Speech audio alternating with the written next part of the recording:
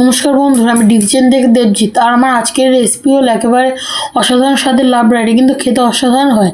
আপনাদের যদি ভিডিওটি ভালো লেগে থাকে তাহলে চ্যানেলটিকে একটি সাবস্ক্রাইব, ভিডিওটিকে একটি লাইক অবশ্যই করুন। লাবড়া বানানোর জন্য আমি এখানে নিয়েছি কুমড়ো, ফুলকপি, বিন, আলু, পেঁপে, ডিম, মূলো, পটল, বেগুন, নিয়েছি পালং শাক আর নিয়েছি থোড়।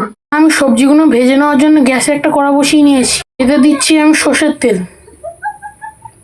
এখানে আমি বেশ খানিকটা পরিমাণে সর্ষের তেল দিয়েছি। তেলটা গরম হয়ে গিয়েছে, এবার আমি বেগুনগুলোকে এখানে দিয়ে দিচ্ছি। সবজিগুলোকে কিন্তু বেশিক্ষণ সময় ধরে ভাজতে হবে না, হালকা করে ভেজে নিলেই হবে।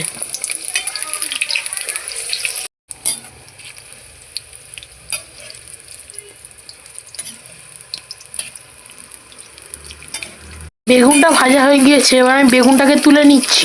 এবার এখানে দিচ্ছি পটলটাকেও আমি হালকা করে ভেজে নিচ্ছি।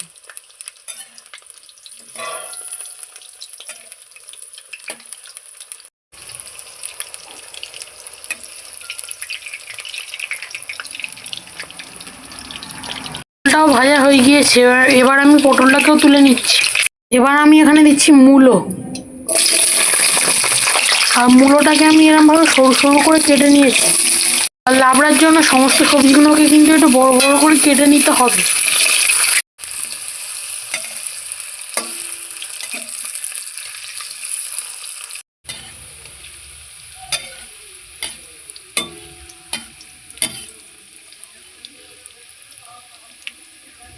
মূলোটাও ভাজা হয়ে গিয়েছে, এবার আমি মূলোটাকেও তুলে নিচ্ছি। এবার এখানে দিচ্ছি কুচনো শিমটাকেও আমি একটু বড় বড় করে কেটে নিয়েছি।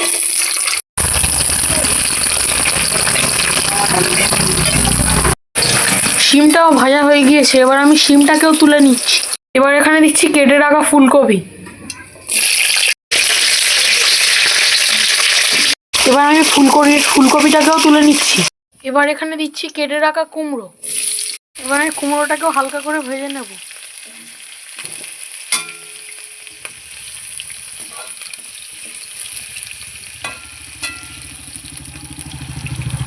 কুমড়োটাও ভাজা হয়ে গিয়েছে, এবার আমি কুমড়োটাকেও তুলে নিচ্ছি।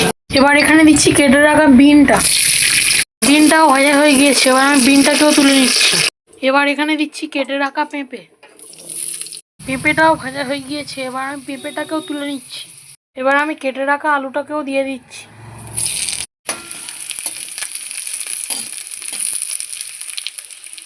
আলুটাও ভাজা হয়ে গিয়েছে, এবার আমি আলুটাকেও তুলে নিচ্ছি।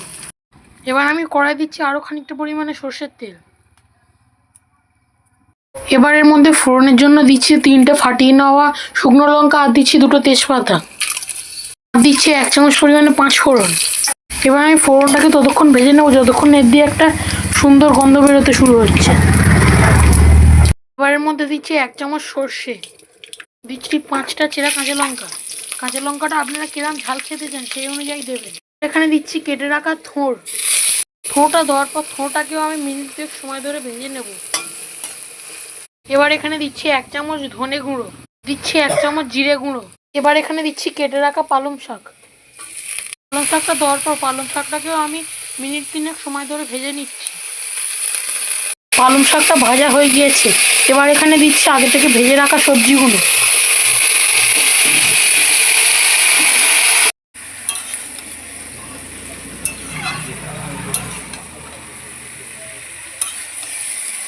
এবার এখানে দিচ্ছি 1/2 চামচ পরিমাণে হলুদ গুঁড়ো।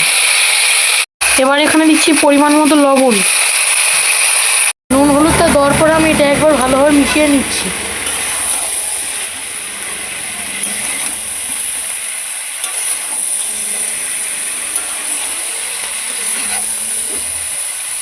এবার এখানে দিচ্ছি 1 চামচ পরিমাণে কাশ্মীরি লঙ্কার গুঁড়োটাকে আমি ভালোভাবে মিশিয়ে নিচ্ছি। এবার এখানে দিচ্ছি 1 চামচ পরিমাণে গ্রেট করা আদাটাকে আমি সবজির সাথে ভালোভাবে মিশিয়ে দিচ্ছি।